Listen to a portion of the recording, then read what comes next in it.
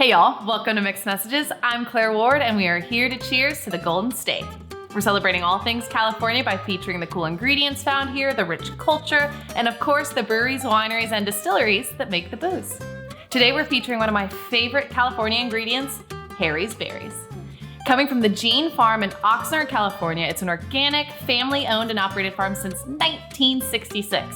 And I gotta tell you, these strawberries are so good, people actually wait in line for them, like long ones.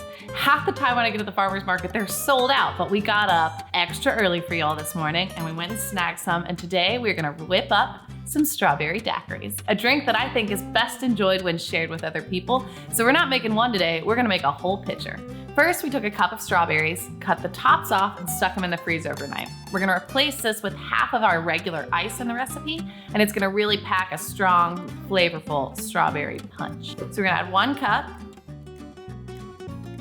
Then we're gonna add another cup of fresh strawberries.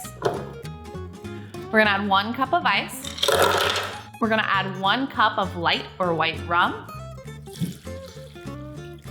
Next is 2 cups of lemonade or limeade. You can use store-bought or make your own, just using equal parts lemon juice, lime juice, and simple syrup.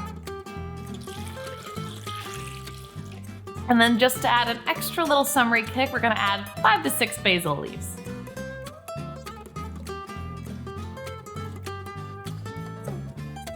Is it taller than me? Oh.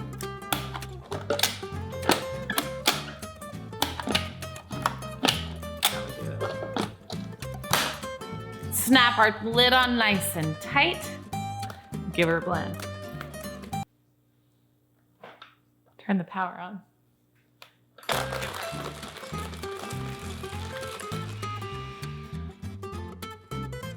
And there we have it. Pour them up.